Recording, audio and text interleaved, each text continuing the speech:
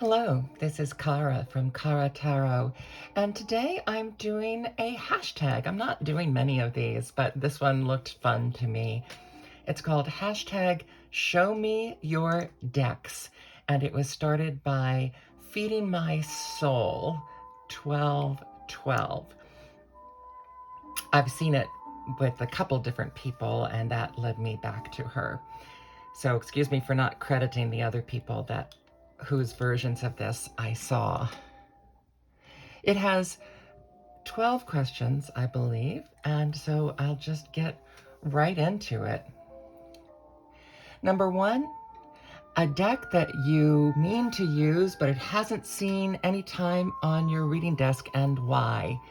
The why is simple because I just got it last week, and my story about this is it's an interesting deck, but it came with an overwhelming scent of men's cologne as soon as I opened the box. And then when I took the tissue paper to my closet smelled like it. So if you have any scent issues, you'll want to air this out, but it's worth it. And it's now a week later, and it has dissipated. This is the Bon Sequitur first edition, and it just is not like anything else that I have. I love the square shape and almost sort of a graffiti style artwork, but with these primary colors. So very modern, and if you have seen my previous videos, you know I don't have a lot of very modern decks, and quirky, and yet really beautifully in sync with traditional Rider-Waite-Smith imagery, but new takes. I mean, there's a perfect example, the Three of Swords, just a perfect example of the way it's both traditional and modern and non-traditional all at once.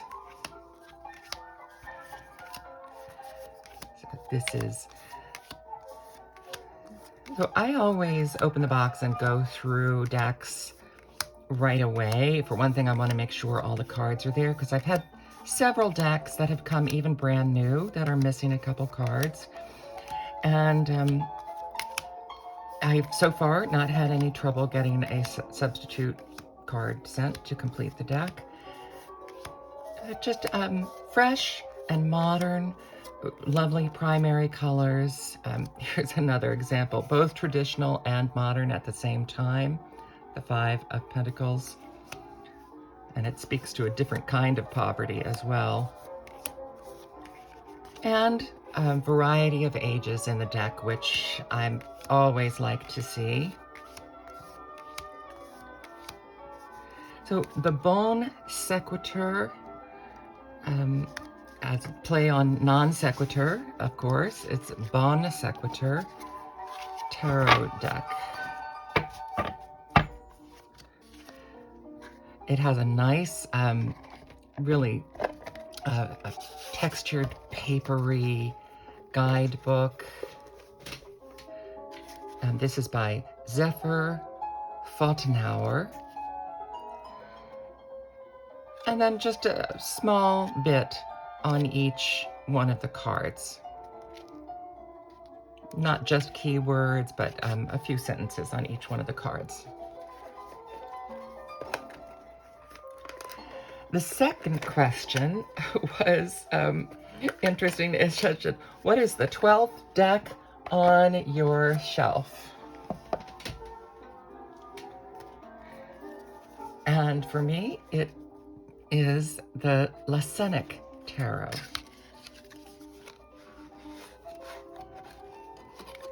This is a deck that I saw used by Laetitia Barbier. I follow her on Instagram, and I've taken some of her courses, her course offerings, and I just love this kind of 1930s, 1940s style artwork. I hope the music isn't too loud. It's always hard for me to gauge.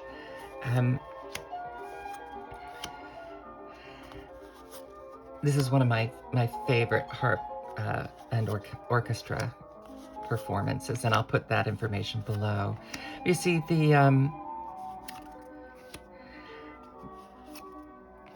court cards have a black, I mean the majors have a black background. I think the court cards as well. It is a pip deck, but there's plenty of additional information here for you to tie in the pips together. Again, kind of 1930s, 1940s style, even 50s style advertising artwork, which is just so unusual. And these have a lovely feel to them. They have, it's not rose petal, but it's just kind of that soft, waxy feel, which just feels beautiful in the hands. Oh, this gives me the date. It says 1940s Renewal Edition, the Lacenic Tarot.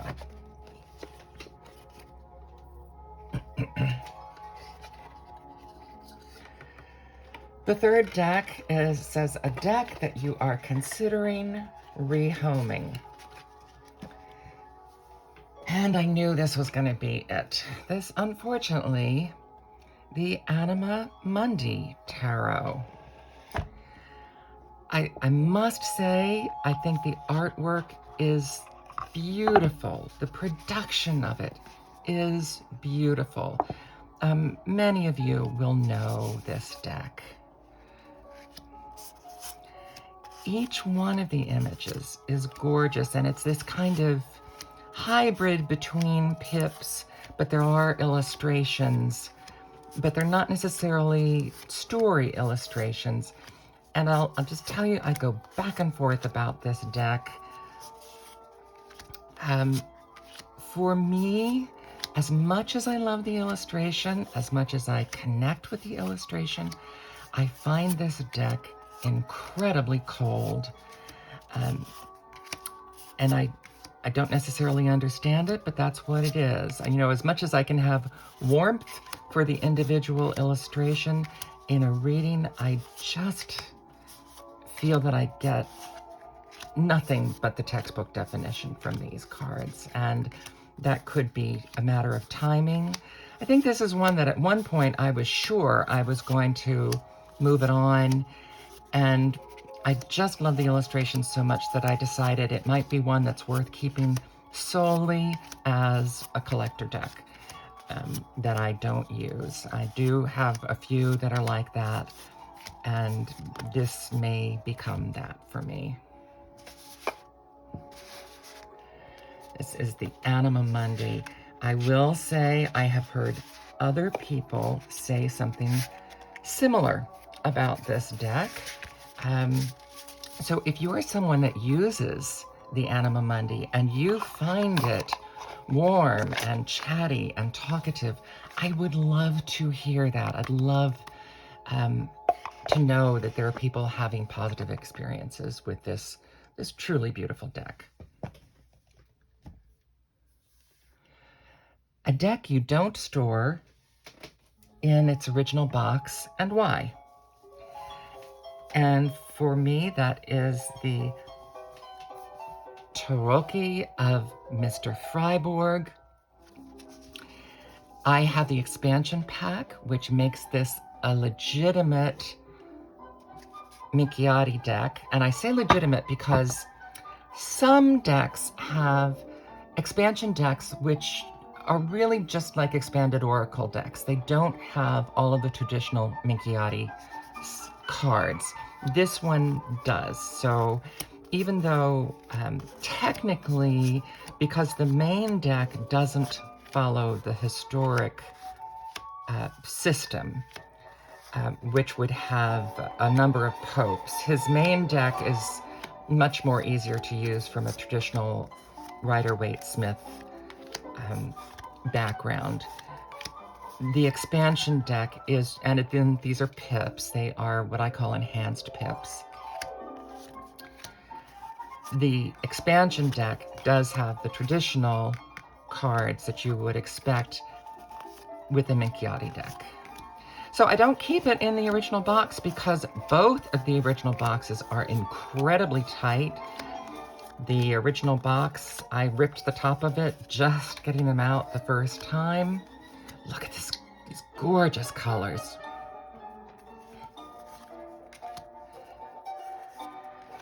This is such a highly evocative deck with exquisite decorated pips and then this wonderful skull imagery throughout. See, there's a traditional knight of a Minchiati deck is always half human, half beast. Really thoughtful presentations of the pips. And then all of the humanoid figures have skulls and faces. So this is a really exquisite deck. He has a new deck out called Sirens, but this is the deck of his that really called to me and spoke to me. And his book is sparse, spare, but very good for the keywords, and really helps you work with this unusual deck. So that was the deck that I do not keep in its box. I do, however, keep the box. I'd love to hear from people. What do you do with your boxes? Right now, I kind of have boxes on the shelf behind the ones in the bags because I'm not, in general, a bag gal. I don't keep many of my decks in bags. And now, a deck with more than 78 cards, and this is another Minchiati deck. I have really been, as most of you who see my videos know, I've been diving into Minchiati decks. With my month-long deck has been the Tarocchi Minchiati di Marzo, and this is a much more traditional Minchiati deck. This is, I got it on eBay from, I think, Argentina. So the shipping was hefty, but the deck was not expensive.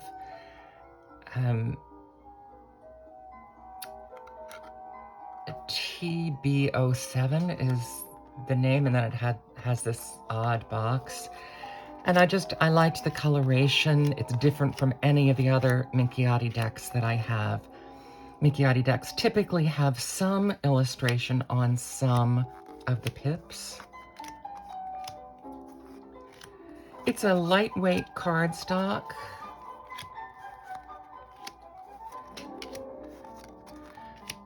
And it has brighter colors and a hefty amount of orange, which is a favorite color for me. And really lovely traditional illustrations.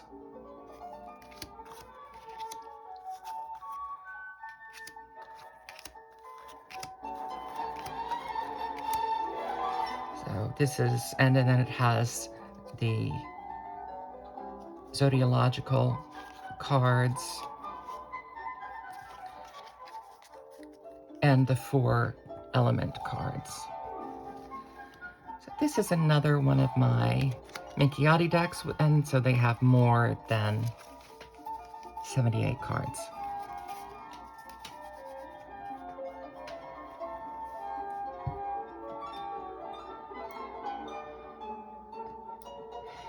Prompt number 6, a deck with a cloud on the box. This took a little looking for me to find one that had a cloud on the box.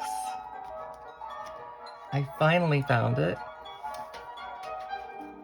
One of my first 3 decks when I came back, I've said before, I've kind of picked up tarot and dropped it. And then 10 years ago, I picked it up again and got more serious about it. This is the Feng Shui Tarot. It's an out-of-print deck. And you can see I made some messes on the edging.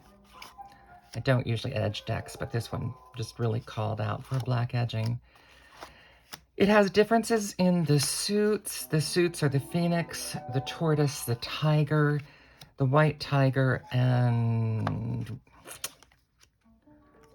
well, I'll come across it, and green dragon. And I personally believe there is a misprint in the book. And I know there is a misprint in the book because in the little white book and the additional book that I got to go along with it, they mix up the elements on 2 of the suits. So once I realized that it appeared differently in different places, that gave me the freedom to just go ahead and make my own decisions about what elements went with the deck. They did not have fire for the Phoenix deck. I think that's what it was, and it just didn't make sense to me. And then I saw that there is actually a misprint in the book. And I think that's one reason this gorgeous deck is out of print. The artwork is incredible. As you can see, bright and colorful and evocative. Look at this. Look at this transition or death card. And even though I have my little ink errors, I'm not sure it detracts from this deck.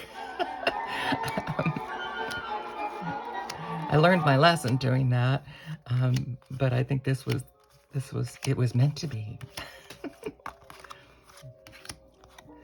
This is the Feng Shui Tarot.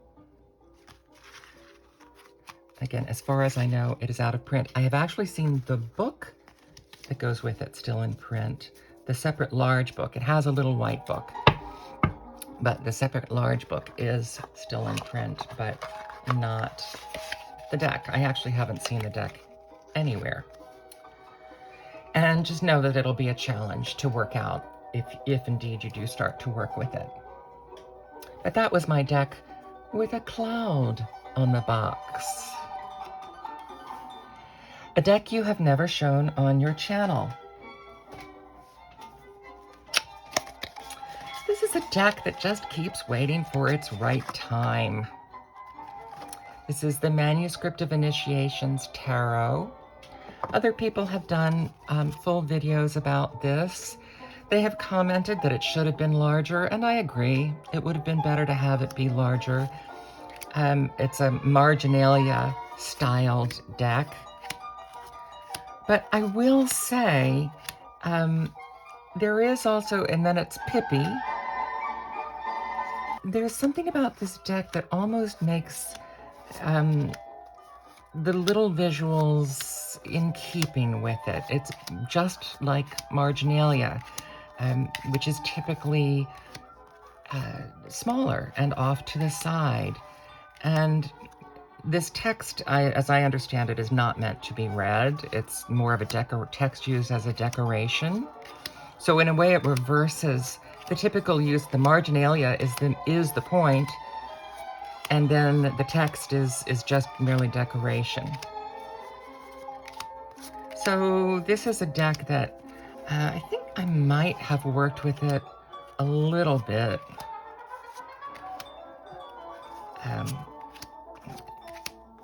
But I just haven't pulled it out. I would call this a hybrid deck.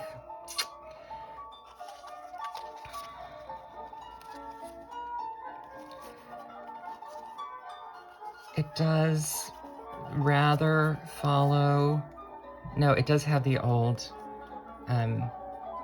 justice first and then strength. So that's more traditional. So it's a little bit of everything and then sort of its own thing.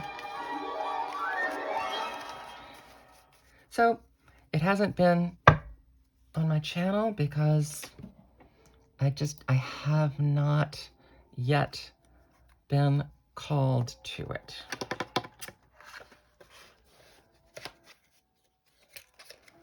A deck with an animal other than a lion on the strength card.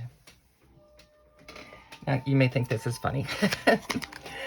This is the Tarocchi de Giuseppe Maria Mitelli. This is a Tarocchi. It does not have all of the minor cards. And I just love the artwork. Plain white backs. It's by Del Negro. I like the size. I have used this for a deck focus, so I think I do have some videos up with this deck. And that's the Strength card. It's an interesting take on the older versions where it is, as in the Visconti Sforza, it is a man beating up a lion with a club. But here it's someone taking a club to a person. I struggle with this card as this interpretation. It's definitely the old interpretation of strength as might, not right. That's the old interpretation of strength, and I struggle with it, but we do have an animal other than the lion on this card, and that animal is, of course, a human.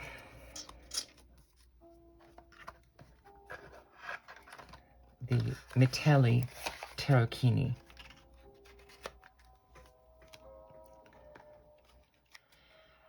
A deck that comes in a box inside another box.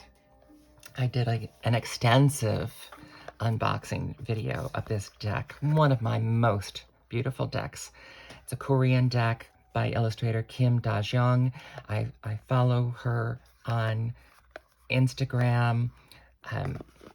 She also has playing card decks that she has illustrated.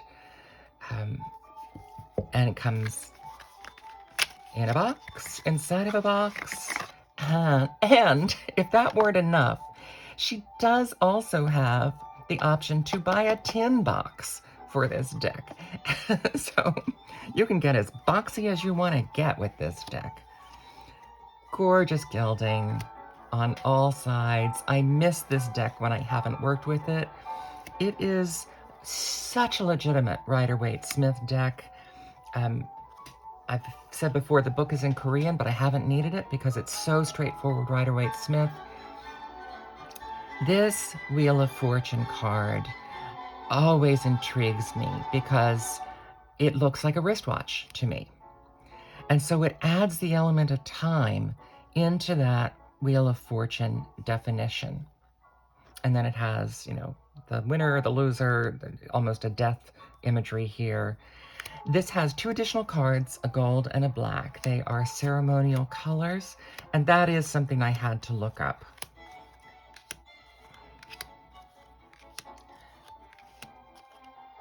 I love the variety of cats. There's gilding on the front and the back of this deck. It is absolutely exquisite and a straightforward reader. It's kind of amazing. I think if I had Desert Island decks, this would be one of them.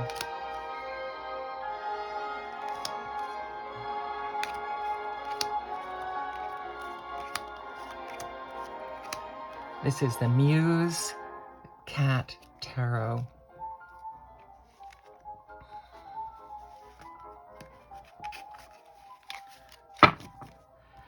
This is, somebody said something to me once about why would you buy from Korea? And I said, this is South Korea, as I understand it. And so they are allies of the United States. So that answers that question. Absolutely gorgeous. I will say the company that I bought this from online is the official distributor of this deck. But they did appear to have some knockoff decks. So you just want to know that if you're looking at them and looking at their decks. That was a box within a box. The exquisite. This may be my most beautiful deck. Muse Cat Tarot.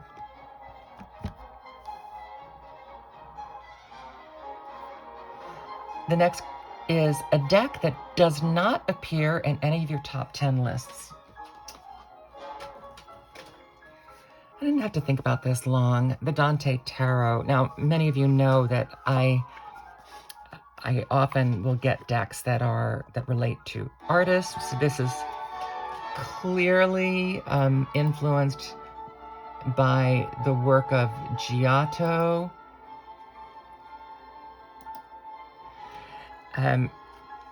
And so that's enough for me.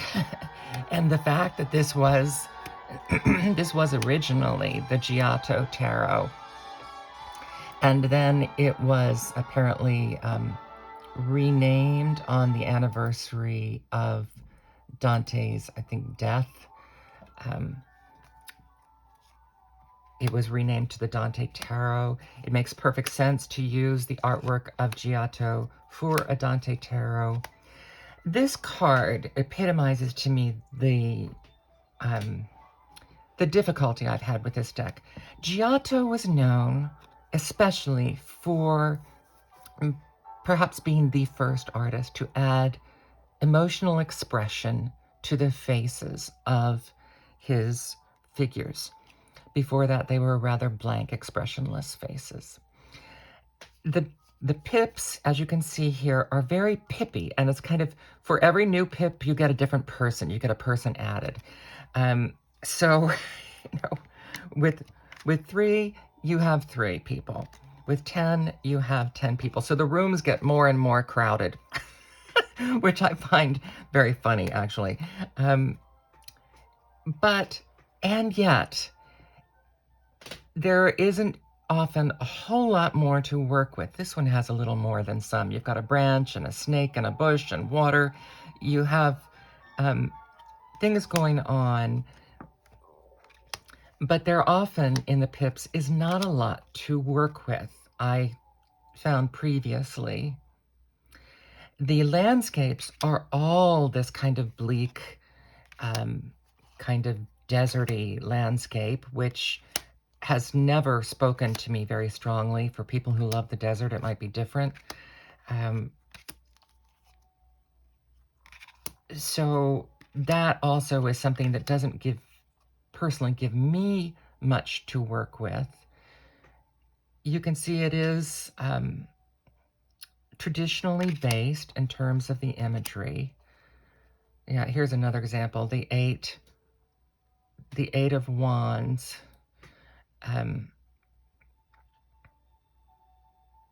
There are things there to read. It just hasn't really, I've worked with it some, it hasn't really spoken to me yet. And so this is one that, it said, the question was, would it be in any of your top 10 lists? I think the only top 10 list it would ever be on would be a list of decks dedicated to poets or to great historical artists. That's probably the only way it would make a list for me. The next is a deck you associate with the color green. This was easy for me. I've spoken about this before. This Le Tarot de Marseille Await. It is a deck that many people have trouble qualifying. I have found the way that I qualify it is that it is a Rider-Waite-Smith deck in the art style of Tarot de Marseille. To me, other than the art style and the representations, there is nothing Tarot de Marseille about this deck. It uses Rider-Waite-Smith symbolism in the pips. It's just that the art style is Tarot de Marseille. And I have said before, I don't really like the Tarot de Marseille art style. And what takes this over the top for me in liking it, aside from it has a lovely, cool, smooth finish. These are the backs. Nice medium card weight. It's the color that takes this over the edge. And as you can see, as I'm going through these, it has this range of greens, from jade green to a more loden green, to turquoise green, to gray green, blue green. It's just the range and the subtlety of the shades of green call me back to this deck. And I do mean call me. I said before, I actually miss this deck when I haven't used it for a while, and it is because of the greens. Le Tarot de Marseille Waite. It's my deck that I associate with the color green. A deck that you got secondhand, eBay thrifted, used bookstore. The Tazama African Tarot. I have the box, but I forgot to bring it into the room.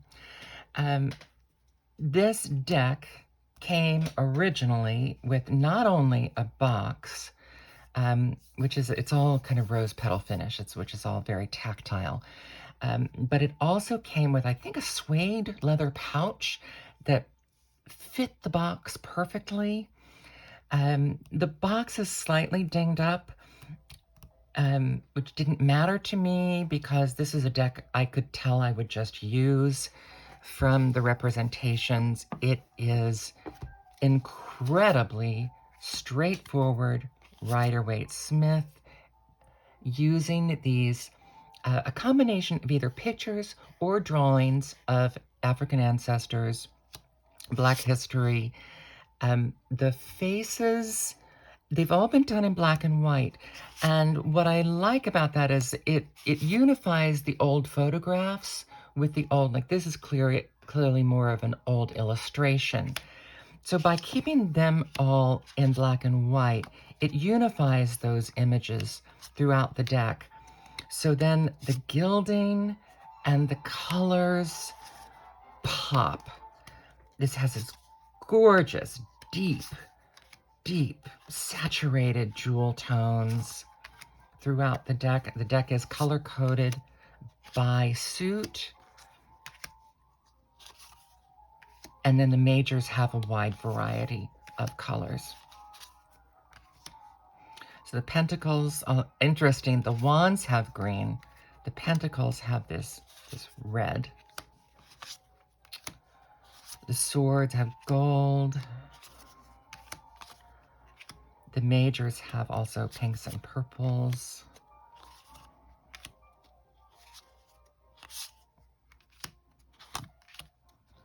And the cups have this brilliant blue. There's the moon card. I think this deck is beautiful. It is, despite the complexity of the imagery, they're also quite simple. They're kind of pared down. And both of those things together make them incredibly easy to read in Rider-Waite Smith style. Now, in addition to this book that comes with the deck, which is a wonderful book, there is also an online book that goes into the history and details about the imagery that was used in each card. And that code that you can pick up is I think in the book, for you to look up that additional imagery. I've downloaded it, but I haven't really looked at it because when I read with this, I haven't needed it. It's so straightforward.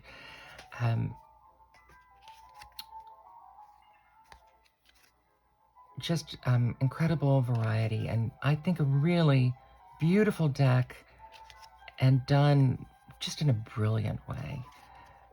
This is going to be also, this deck has a quote for an affirmation for every card. And for those of you who follow my affirmation and scripture card readings, I had been using the Dolly Tarot for practical advice affirmations because that's what's in that book. I just finished up with them, and this will today become my affirmation deck. And I'm going to be using both the affirmation that comes with this deck, but I'm also going to be using the affirmations that are in the book of my favorite deck, The Influence of the Angels. I'll be using 2 affirmations for each one of these images in the coming, well, it'll be more than a month because I go through them one a day. The next deck, a deck that has water on the box. I had trouble with this. I had to look over and over. Now, I noticed someone else did use the Japarizzi Tarot for that, and I could have. That's a deck that was given to me that I love. It's dear to my heart. But then this is the one that hit me first, though, the Elemental Tarot. It usually has symbolic representations of water in the cards. Those are fountains. It's a very highly stylized deck. This is another deck that calls to me after a while if I haven't used it. I have not delved completely into all of the levels of meaning of these cards because there is zodiological information, and then there are designations of Egyptian gods. It's a very dense deck with a lot to learn over time, and yet very easy to read in a straightforward Rider-Waite-Smith way. Representations of nudity, as you have already found out. Everything is very stylized in this deck, and that's one of the things I love about it. This is only half the deck. It has one of those split boxes, but you see just the incredibly bright colors. And it's wind, fire, water, and earth. Those are the suits in this deck.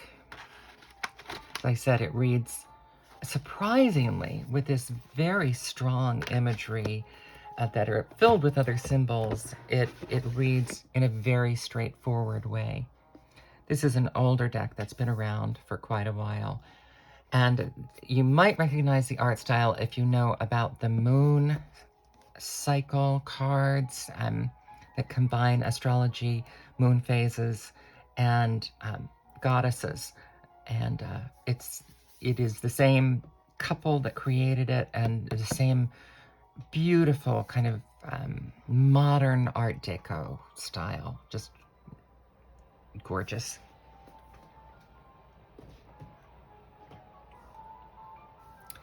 And then finally, a deck that contains your favorite card, and tell us why it's your favorite. Well, this is, I've told you all before, this is my favorite deck. Ironically, I don't think I've ever done a deck review of this deck because I talk about it so much. This has many of my favorite representations of cards. This is my very favorite Four of Wands. Just happens to be right on top because I love the fact that this couple is dancing down the road together. This is the card that I thought of. This is my very favorite representation of the moon card. I love that if you look closely, you see there are all these sea creatures, and yet this angel of the moon is so peaceful and so placid. And there's some, this is a Seven of Pentacles that I love. It's very soft and romantic. The Three of Wands, using this very well-known traditional painting about a blind explorer, with him standing on a mountaintop, he actually existed. Now that's one of the things, I have a bone to pick. I will not name names, but there was someone who said that this was a beginner's deck and she'd outgrown it. And I want to say, in the nicest possible way, how dare you? Because I'm willing to bet, hands down, that she has not explored and doesn't know offhand all of the people in the court cards. All of the court cards are portraits of real people that lived, and they are brilliantly paired with the meaning of the card. So all of the court cards are actual people. And then there's another layer of the angels that are depicted in the majors are all specific angels. And you would need to understand the angels and who they represent. Like, for example, do you know who this is? Do you know the backstory of this person that is the Knight of Cups and why he fits for the Knight of Cups? I'll tell you, I don't yet, because I haven't learned all of that yet with this deck. All of that depth, see, this is a specific person. So until you know all of the angels and can name them and why they're there in that card and represent it, this is Machiavelli, I know that one. The Knight of Swords.